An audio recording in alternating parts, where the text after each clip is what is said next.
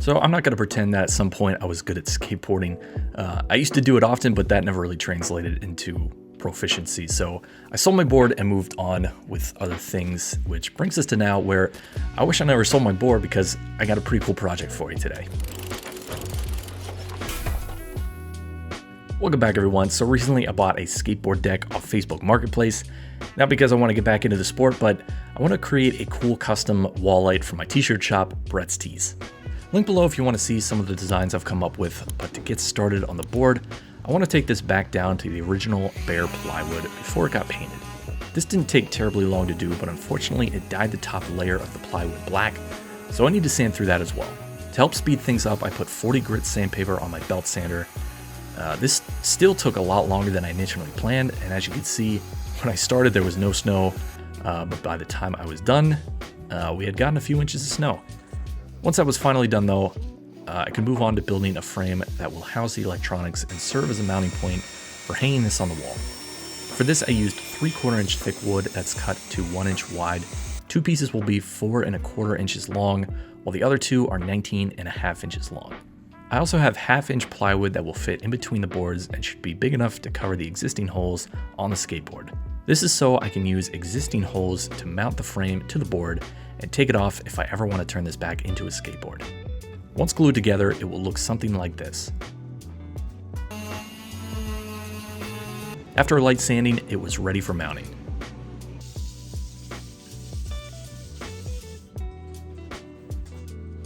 This part is easy, I just need to make sure it's centered and parallel to the board. To join the two, I actually found that extended electrical box screws work perfect for this and are really cheap. Usually come in a big pack, and I'm also going to be using a washer and a nut to make sure everything's clamped together. Only problem though, I'll need to countersink the holes so the screw heads will sit flush. If you don't have a countersink screw bit, that's okay, just use a much larger drill bit and don't go the whole way through, just enough that the screw head will sit in and flush.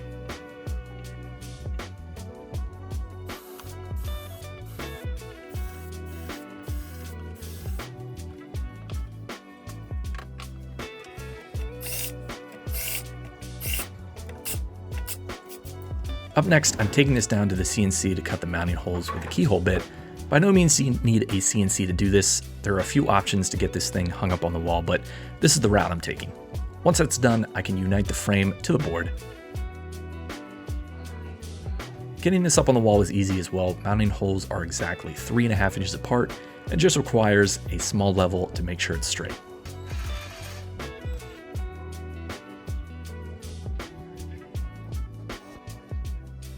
Now's a good time to mention, if you haven't already, go check out brettstees.com to see some of the designs I have in my shop. I draw them all myself, and if all goes well, I'll be printing a select few this year, but for now, since my workshop is still a complete mess, I'm selling them through Spreadshirt, but I have it set to nonprofit so the price stays as low as possible.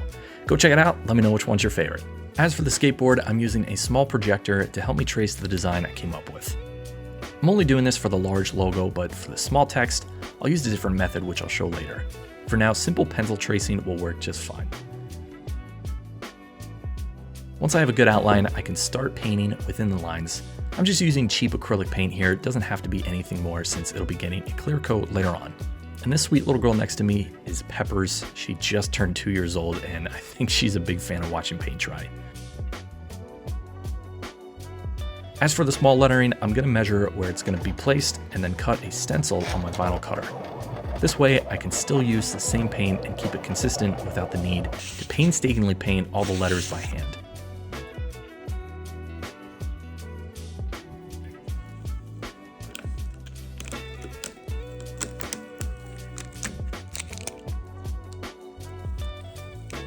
If the ink bleeds a little, just scrape it off with a knife. Once that's done, I can erase the pencil marks and begin my favorite part, the electronics. Unfortunately, I will need to drill a couple holes, but it won't be bad enough that I can't use this as a skateboard if I really wanted to. This is to accommodate the threaded insert that will hold the dual sockets in place.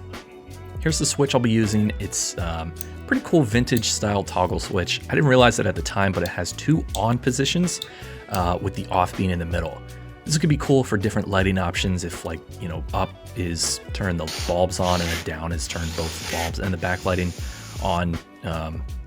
use your imagination. There's a lot of things you can do here, but I'll need to cut away some of the other side of the board. This could be done a few different ways. Again, I'm using a CNC, but hand tools like chisels will work just fine.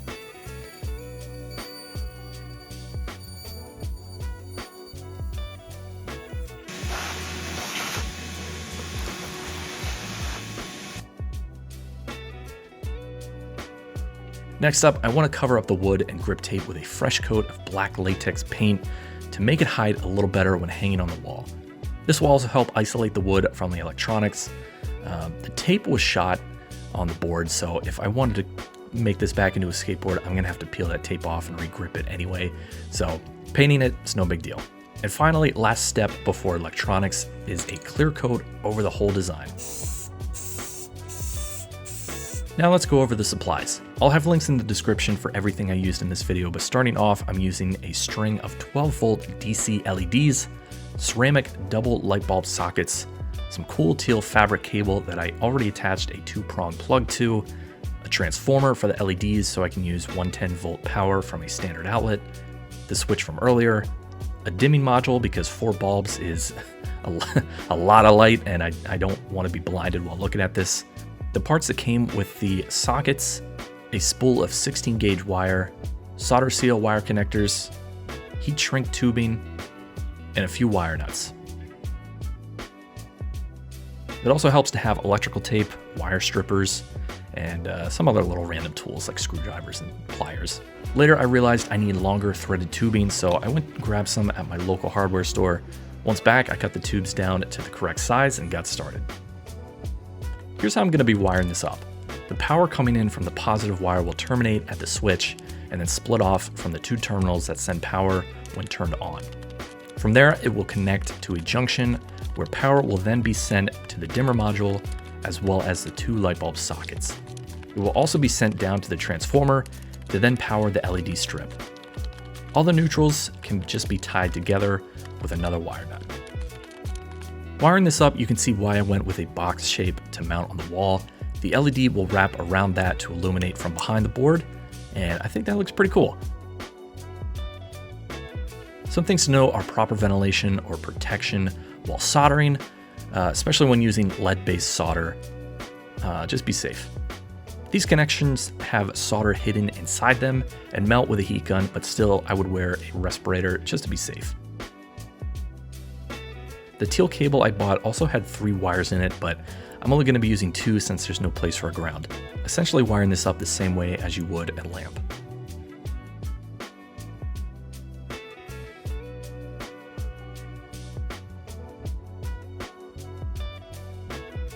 I would also highly recommend buying highly rated shrink wrap because the cheap stuff hardly ever properly shrinks. It's not a big price difference either, so you might as well. Also, keep note of which wire connects to the hot and neutrals of the bulb sockets, since they travel through a pipe and cannot be identified later on.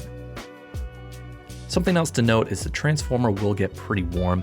If you think it's getting too hot, drill a couple holes in the top and bottom of the wooden frame, so there's a way to have heat create a convection airflow system to cool it down a little bit.